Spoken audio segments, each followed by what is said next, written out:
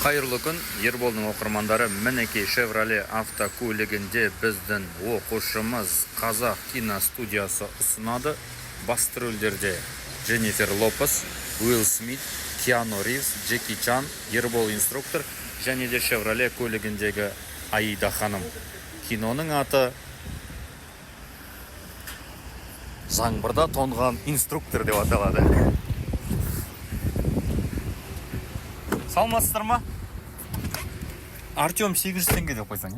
Так, қазір тағы бір круг, осылай, оң жақтан. Бірақ бана кармашқа кіретін жер бар ғой, сол жерден кірмейміз, тура кетеміз. Келесі жаттығуға. Сол, қалыңыз қалай, амансыз ба? Күшті айдап келдіңіз ба, менсіз? Рахаттанып отырдым деп қойсаңшы, ешкім ескертіп айтпайды деп. Мә, қасқа дала деген кәдімгідей бар ғой. Айта алмаймын енді. Жаз болып тұр ғой, жаңбырмен араласқан жаз болып.